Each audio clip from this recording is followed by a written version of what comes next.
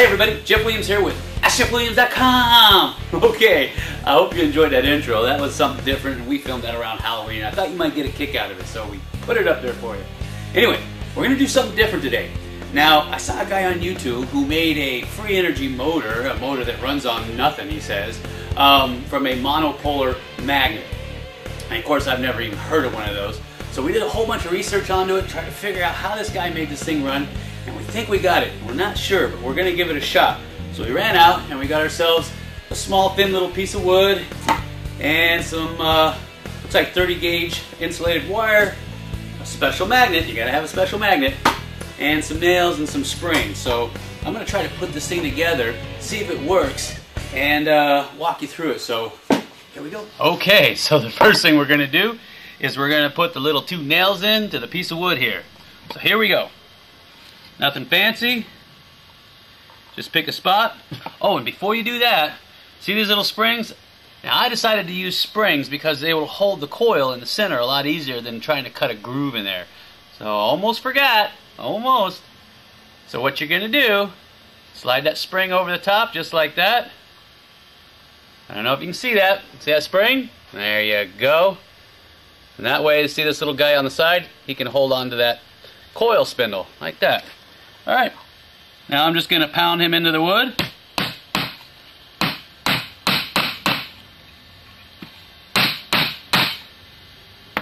Oh, you can see where I kind of went through all the way. Alright, take the other one, same thing. Bend that one piece of the spring over, like that. See that? That way the coil can sit in there. Alright, now I'm just going to pound him in there. Go all the way through where he sticks out. See that? Sticking all the way through.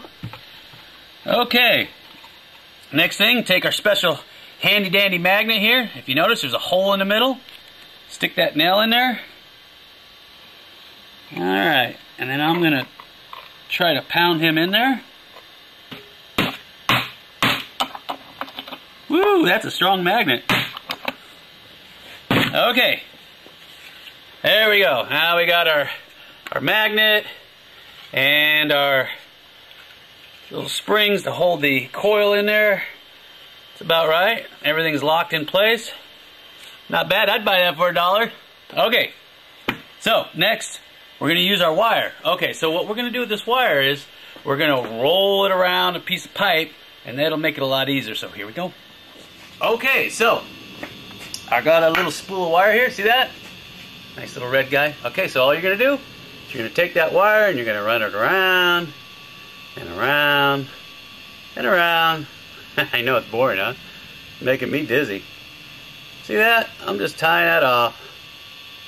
You want to get that towards the center as much as you possibly can. Just like that. See that? So that way it creates a balance there when it goes to turn. See that? Okay. Now, if you got a razor blade, what you're going to want to do is you're going to want to scrape off all that insulation. Watch your finger now. You don't want to cut it off like I did in the video. Alright, you're going to get all that insulation off of there.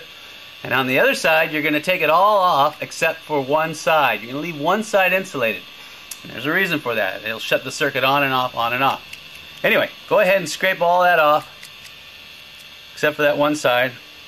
Actually, I think you could probably scrape it all off since we're working with a monopolar magnet here. Okay, so then what you're going to do is you're going to slide that guy right in there like that, and right in there like that. Okay.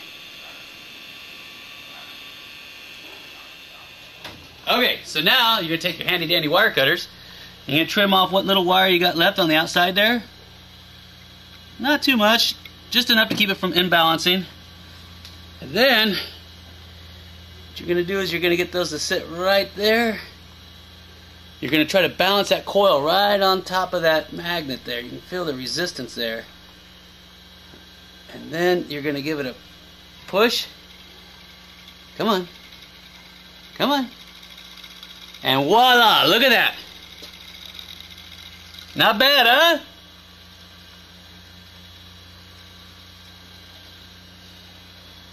Just show you that there's nothing on the wires, no nothing. And you can see the nails on the bottom there sticking through.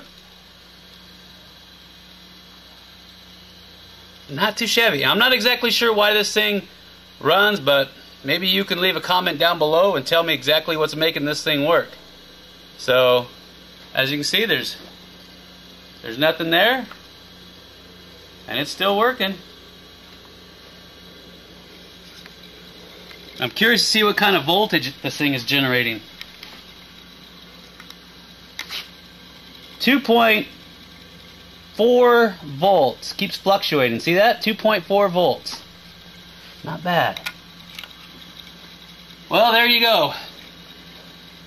Not sure why it works, but it works. So maybe if you leave me a comment down below, you can explain to me why this thing is working. So until next time, this has been Jeff Williams with AskJeffWilliams.com saying, it's too good to be true. It usually is.